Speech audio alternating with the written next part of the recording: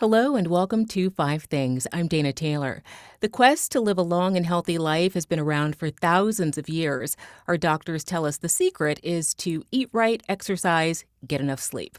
The nutritional supplement industry, now worth nearly $400 billion globally, tells us no, you just need to take more vitamins.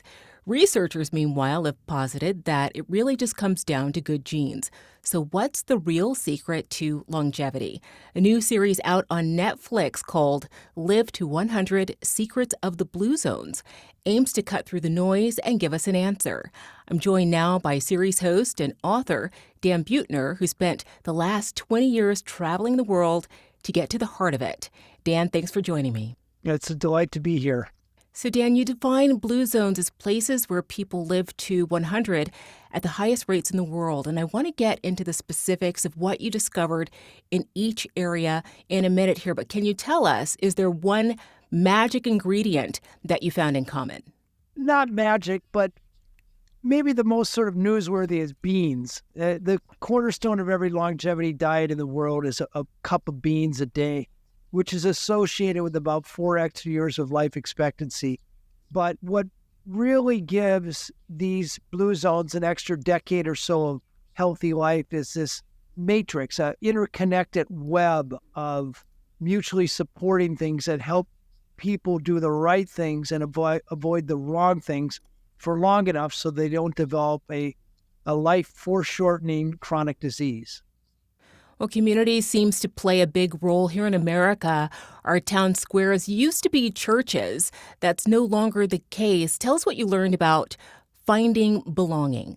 Like most behavior in the blue zones, it's environmentally driven and it's unconscious. So when in all the blue zones still, when you step out your front door, you're going to bump into your neighbors. You're going to have these sort of low-grade social interactions all day long, which we know add up to more life expectancy.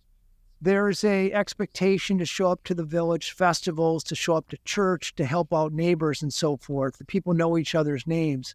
And this may sound trite in this, $400 billion world of supplements, but actually having a group of 4 or 5 friends who you can count on a good day is worth about 8 extra years of life expectancy over feeling lonely.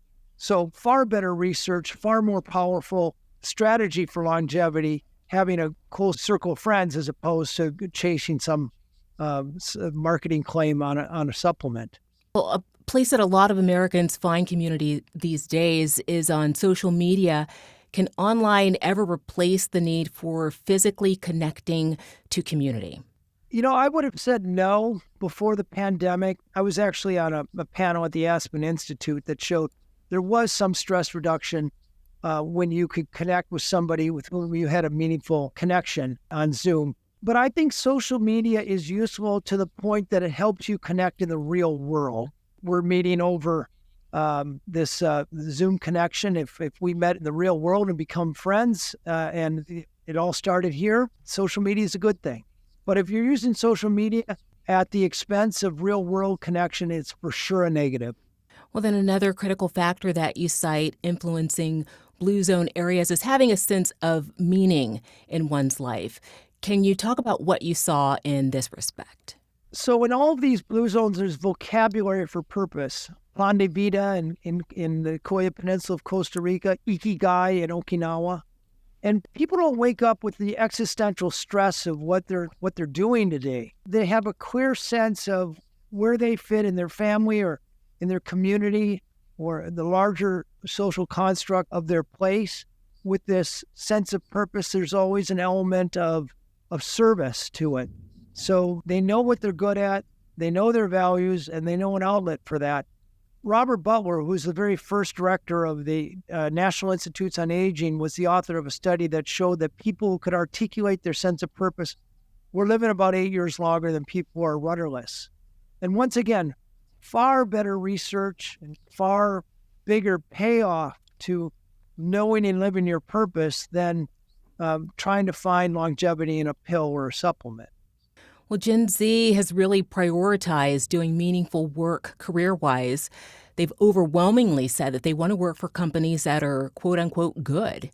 What's less obvious is how do people go about implementing meaning outside of work? So, besides cultivating strong relationships with family and friends, how would you recommend going about doing that? The first one is an exercise with a blank sheet of paper or a blank screen. 4 columns. First columns are articulating what your values are. I'm a conservative, or I'm a liberal, I'm Christian, or I'm atheist, whatever it is. Second column, what do you like to do? What are your passions? I'm creative. I solve problems. I fix things. Third column, what are you actually good at? And then the fourth column is what can be an outlet for that. And according to Gallup, for Americans, only about 30% of us actually get to live our purpose at work. So for most of us, that probably means volunteering. Probably means, if you love animals and you're good with animals, maybe volunteering for the Humane Society. If you like to help people out, it might be working in a soup kitchen or the homeless shelter. It's also a good place, by the way, to meet like-minded people and to augment your social network. It can also just be with your family, or it could be with a hobby or a group of friends. But again, purpose is so underrated and so powerful, mostly, I believe, because marketers can't make money off of you, and it isn't relentlessly sold to us as a way to live longer, like the supplement industry. Okay, so we can't talk about blue zone lifestyles without talking about exercise. In your series, a lot of the communities you spoke with have exercise as an organic element of their lifestyles, either through gardening or walking uphill to each other's houses. Here in the U.S., a lot of people simply don't have access to a regular way to exercise besides the gym. How might we implement exercise in the U.S. in a more organic way? First of all, lose the word exercise. I think exercise has been an unmitigated public health failure in the United States. We've been trying it for the last 80 years, and fewer than 23% of Americans get the minimum amount of quote-unquote exercise, which is 20 minutes of physical activity a day. 23%. In blue zones, everybody is getting 8,000 to 10,000 steps a day, not because they're checking their Outlook and, scheduling it in. It's because every time they go to work or a friend's house or out to eat, it occasions a walk. They have gardens out back.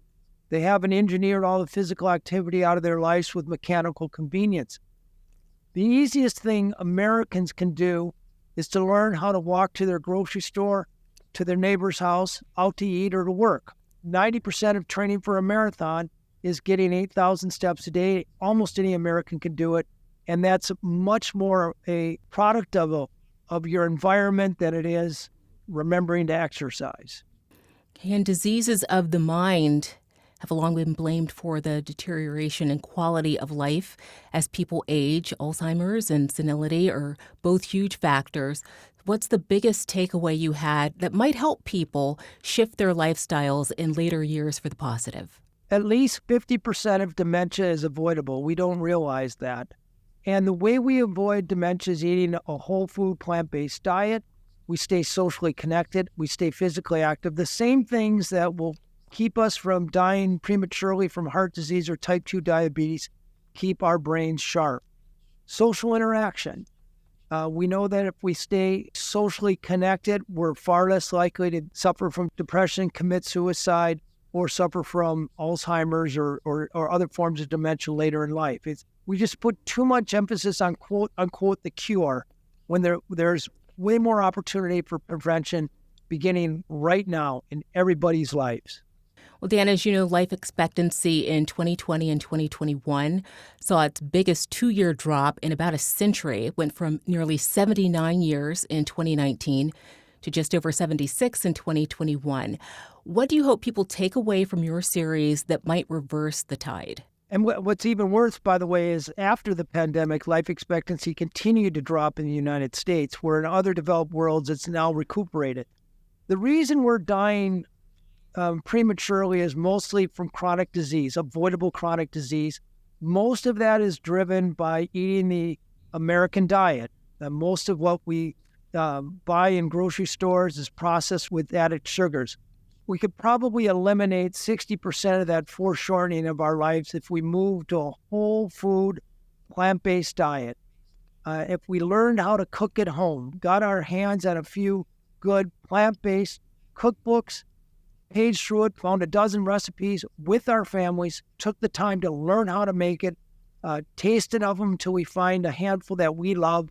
And, your job as a homemaker is over, because once you find delicious, healthy food your family will eat, you don't have to hound them about health or the environment or animal cruelty. If you're 20 years old and you're eating a whole food plant-based diet, it's worth about 10 years of extra life expectancy over eating a standard American diet. It's not buying a superfood. It's not a fad diet. It's whole food plant-based, just like people in blue zones have been eating for hundreds of years.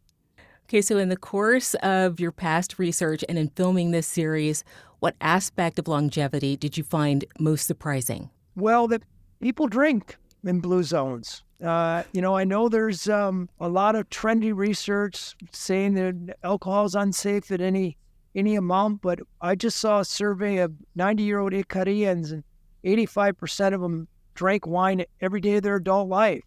It's organic wine, it's consumed with food, and it's consumed with friends, but it doesn't seem to be inconsistent with a long, healthy life. If you're not drinking now, I would never encourage you to start.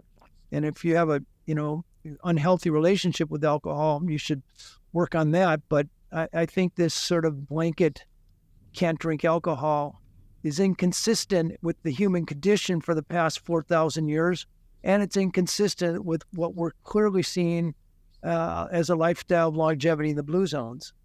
Okay, and finally, when it comes to people really extending not just their years, but their quality of life, what gives you the most hope? Well, in America, we get funded by insurance companies to take this DNA from blue zones, which is not trying to change people's behaviors, because that never works in the long run, but reshaping their environment so the healthy choice is the easy choice.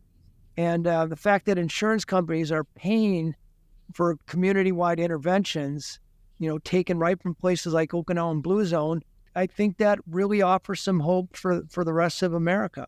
I think the only way we're going to start to see our $4.4 trillion healthcare bill start to turn the other way is when we stop beating the dead horse of individual responsibility and reshape our food environment and our built environment so that Americans are set up for success instead of set up for failure, which we are right now.